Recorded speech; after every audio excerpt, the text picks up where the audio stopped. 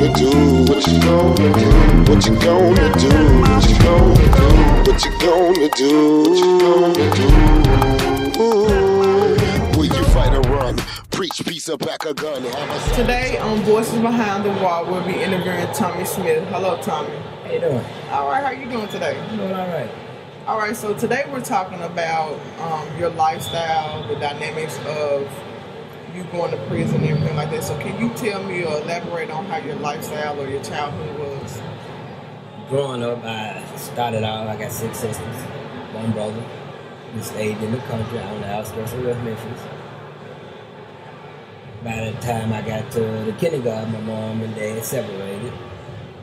And 3 of my sisters, 2 of my sisters, 1 of my brother moved with my dad, older sister, my grandma.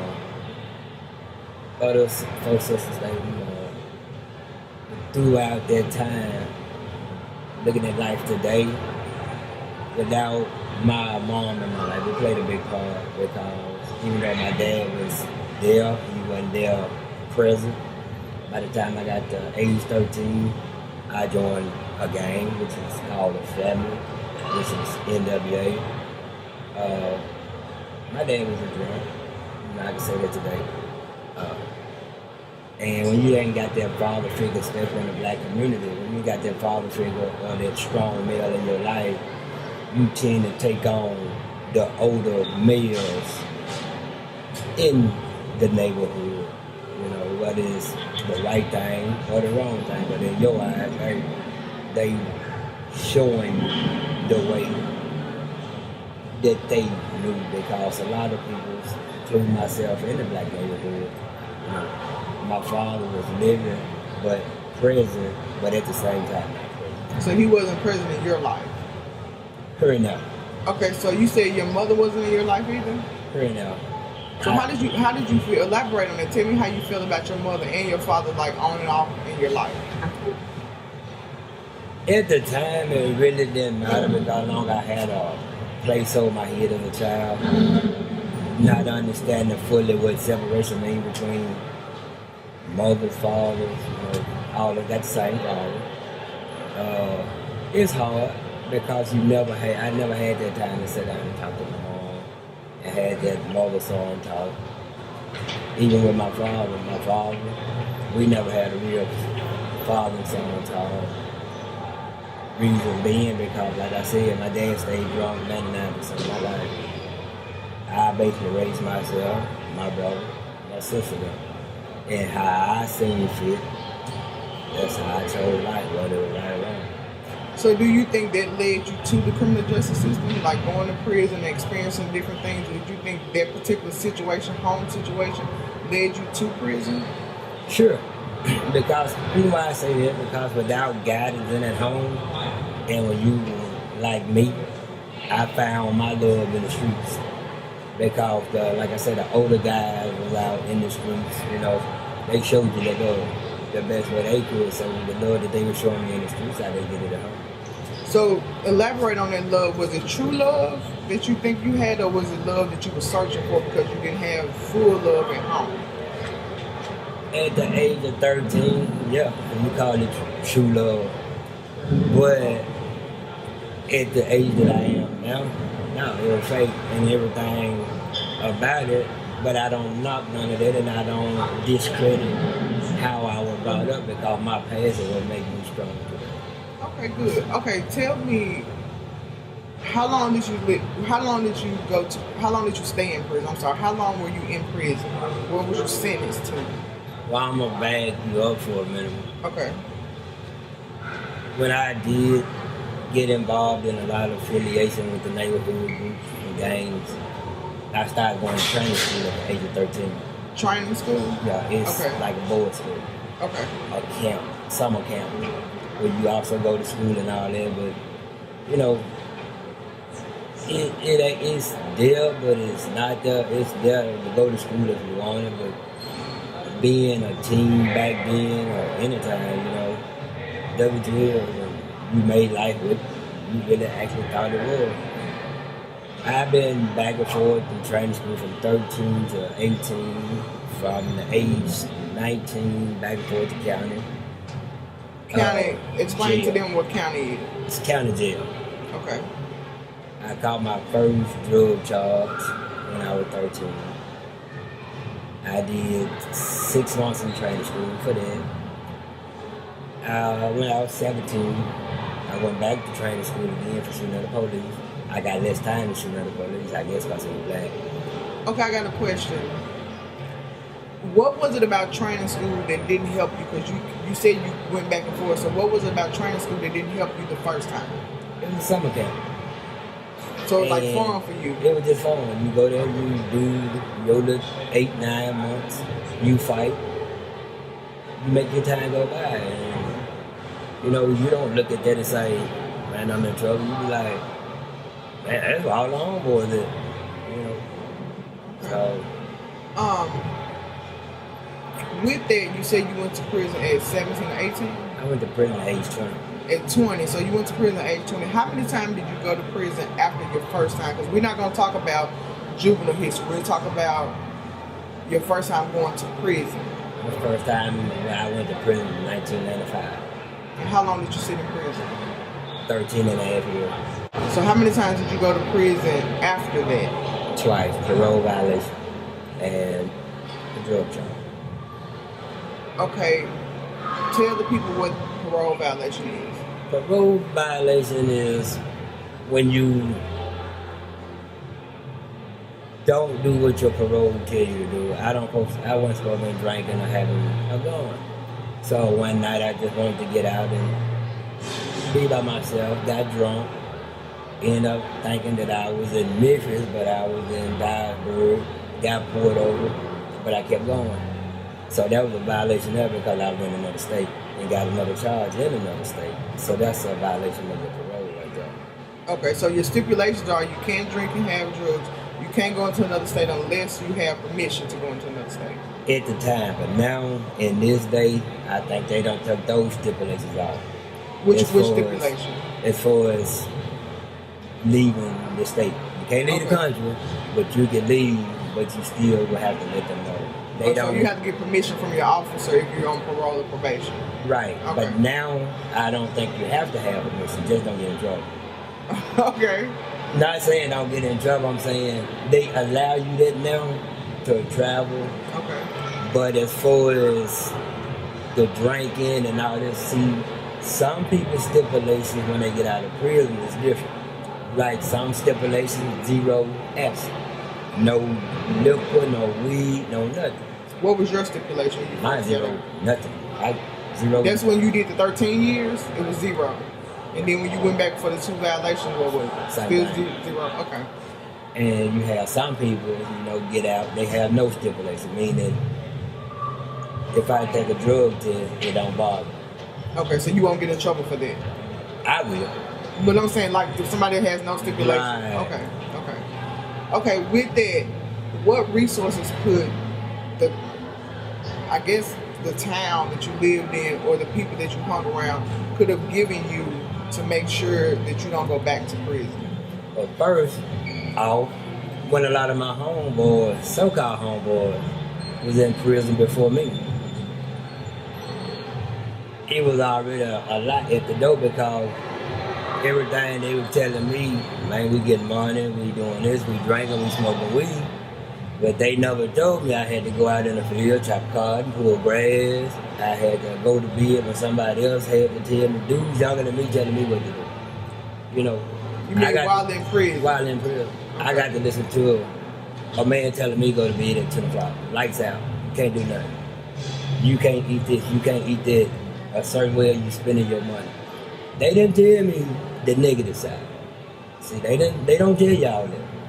No, and so when you thinking somebody telling you prison is this, no, it's a whole lot different. So it's like, man, you be like, so try this. If I go, I got you. And that's what a lot of my homeboys were telling me. It's whatever. See, that whatever I got you, I got caught up in it. Being real, being 100. I'll be myself, and I feel like sometimes, how you be too loyal to people, and you do this and you do that. And when I went in, the only thing you heard, dude got this time, this time, this time. But I was like one of the smallest little person. Since you said that, tell me, when you first went to prison in 95 and you did how many years? 13. 13 years. What was your first thought when that door slammed? My first thought is, I got 30 years. I'm 20 years old, so I'm doing how I want to do it. So did you learn anything from the 13 years? I did learn, but I learned at the end. Because when my first 8 years, I was a hell raiser. My first couple of days there, I jumped on the first biggest dude there. So a lot of the stuff that I learned in prison, I brought it to myself because when I was always a child, I always had dreams, I always had goals, and I always had plans. I didn't let prison, it had me physically, but not mentally. A lot of people can't say that. I didn't fall into a whole lot of the prison stuff. But by the same token, if you got a plan and you got a guide, prison is just something that's holding you physically. And that's how I feel today for what prison did to me. It didn't get me mentally because, like I said, it don't take, I had to step back for myself because when I went to prison, stayed them 13 days. You know how many of my homeboys were me? 13 days or years? Years. Okay. At them 13 and a half years, you know how many of I got you, my real homeboys? You know how many letters I got? You know how much money I got from all my homeboys? 0. Nothing. And so when I did my time, my mama coming up there. My mama put money on my book. So today, I ain't got no homeboy. I ain't got no friend. Fuck a friend. Okay, so elaborate on that. Who was affected when you went to prison? You said your mom came and saw you and put money in your book. So who else was affected and how did they feel when you got those 13 years? Well, it's two sides to every story. Because I got a murder charge. My whole family was affected. Not just me, not just my mom, but the victim family. You don't just hurt yourself when you go to prison. You hurt that whole community. You hurt your mom, you hurt your dad, you hurt yourself because now I got to try to make enough money to try to send you something, or I can't get it. Then when you locked up, you get mad at your mom, you get mad at your dad. For what? So it hurt the family financially. It hurt financially, it hurt mentally, and it hurt as far as traveling because some parents, like my mom, 6 days a week, sometimes 7. And you can't get that visit. 4 hours. You out there, and then when you out there, they tell you can't touch, can't do this, buy this, buy that.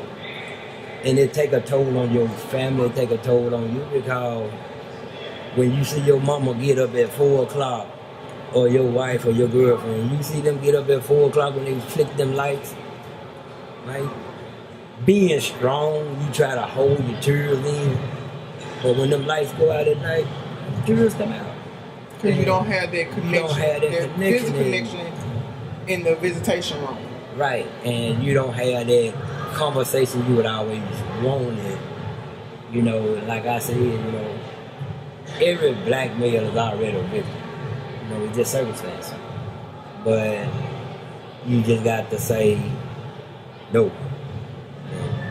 Okay. Don't get affiliated and when somebody say your friend won't put your life in jeopardy. Your friend won't take you away from the streets and from your family. That's what it is. They'll lift you up. You say your friends will lift you up. Yeah, real friends. Yeah, real friends will lift you up. Tell me how you changed your life around since you did the time. Tell me how you changed your life. Are you working? Do you have your own business? Do you have children? Are you married? Or what have you changed since you came home from the 13 years and from the 2 violations, parole violations? Since then, I still kept my goals and dreams, my short-term goals and my long-term goals. I can proudly say today, I work at Barton Power Sports and Equipment full-time. I do my own lawn service on the side after I get off work and sometime on weekend. I do sometimes community service by helping other people that need help. Okay. So you giving back to the community? I try to. Okay, that's good. It's hard, but I had help. What I mean by help, when I got out, I was still determined, and I didn't let prison give me that setback and just feel down for myself and wanted a handout. I don't want no handout. You show me the way, and I go do it. And now I could probably say an $8,000 garnishment is paid off. Okay. I got a 401.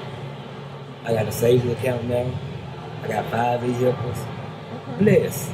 That's right. And even though this is going on my 25th year on 30 years, they want the whole 30 from me. Okay, so explain that to people that don't understand. 25 on 30 means what? What is that? Well, I done did, in our prison time, I done did over 20 years of my life behind bars. And then you had a 30-year sentence. I have a 30-year sentence, which I done did 25 of that. And 30. you have 5 years I have what? 5 years left on paper. On parole. Parole. Okay. If you had the chance to talk to one person that either doing things to go to prison, what would you tell them right today? Today I can tell them, I ain't just think about what you're doing because it ain't working, and then if you're doing it for somebody else, I ain't gonna be with you. Only somebody you're gonna have on your side is your mom and your family can still do. But just think about what you do. I know, like I say, I know it's hard out here, but it's money to be made legally everywhere. Pick up some cans. They even get them little wood crates. Dealership, they buy them for $2.50. So if some of these people can do legally, so they won't have to go to the system. Right, because like I said, being black already, you already got one strike. So whatever you do it wisely and do it with precaution. And Well, black people resilient now, But so we see, resilient. See, I tell a person like this, girl, when you build a house, you have to lay a foundation. Right. You can't put that house up, and that foundation got to be solid. See, like I said, when I did my time, they had me physically, but mentally, I'm gonna still get out and do what I want to do. I'm gonna still get out because I got them low. Right. I know I didn't want to stay with my mama the rest of my life. Okay. I don't want no woman to taking care of me that I got to depend on her. I'm a man.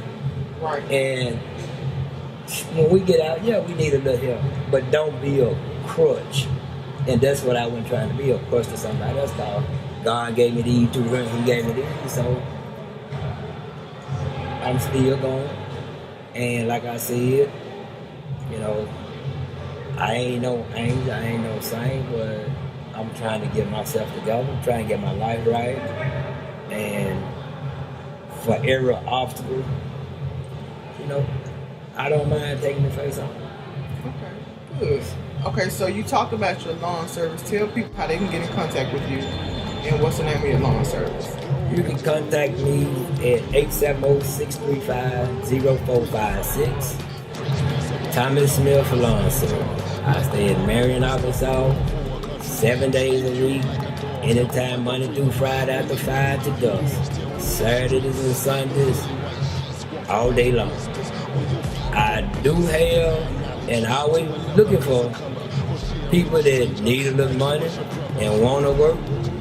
I do hire. I can't pay much, but it's something to, something to help. Start off. Yeah. Thank you so much, Tommy, for interviewing me. I really appreciate it. I think that's what was enlightening to the people. Have a silent tongue. Let the world know what was done. War for a country, treating you like a dog. Help them fight for freedom when they wouldn't give you yours.